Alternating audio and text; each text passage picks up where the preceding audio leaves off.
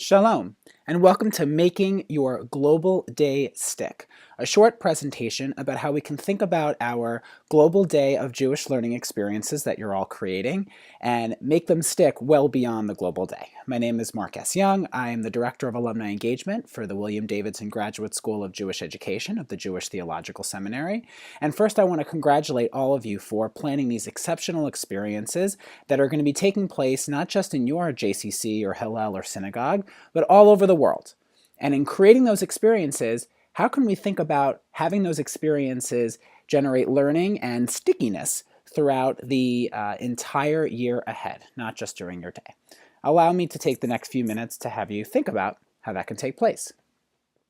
For those of you who have studied education before or not, you may have heard the Kolb learning cycle. It's something that we teach our graduate students and our professional development participants at the Davidson School.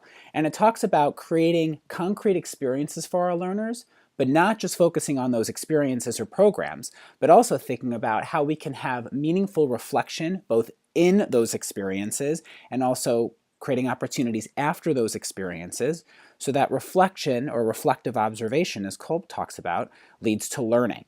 And the learning, as Kolb talks about, is abstract conceptualization that can then lead to active experimentation, which can then lead to more experiences and perpetuating this virtuous cycle. So what does this mean in the context of the global day?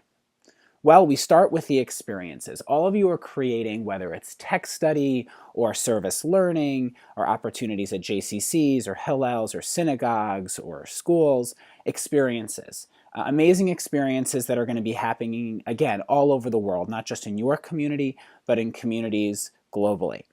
But we have these experiences and then they'll end.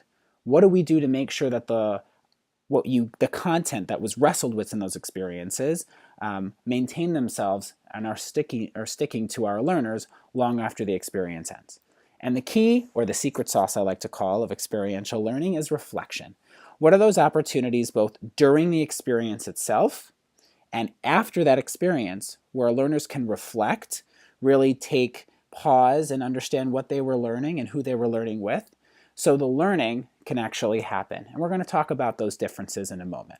But if you incorporate meaningful reflection both during and after those experiences, you're going to generate learning. And the learning might be different for different people there because they're coming with their own experiences and backgrounds. They're going to apply this experience to that, and the learning might be different. And that's okay. The point is that learning happens and you make those opportunities for those learning to happen. And from that learning, they're going to experiment.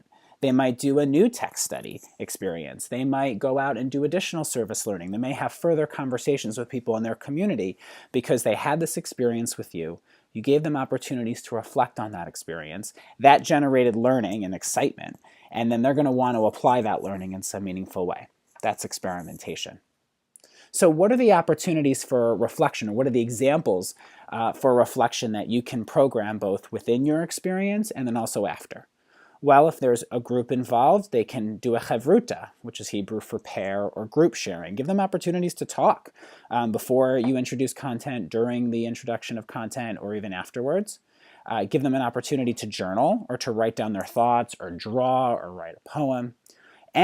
Or give them a task or a project. Is there an artifact or an object that they can create that they can then look at or take with them and then reflect on that afterwards?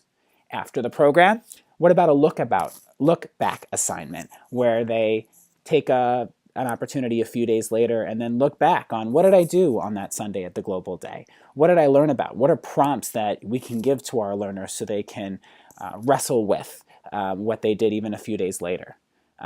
Can they call another learner, call their facilitator, or see them on social media or online and give them a reminder to check in to have a further conversation? Or is there a follow-up task, like another social action activity or another study that they can do after the program? Others ideas on reflection, you can check out each of these websites, which are great resources.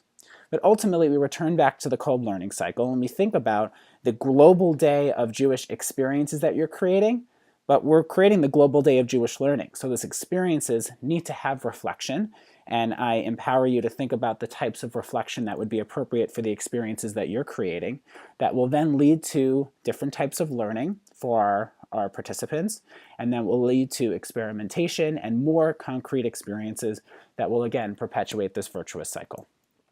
And we then fulfill the big mandate of the global day, learning from each other. As Per Avot says, one who is wise, one who learns from everyone.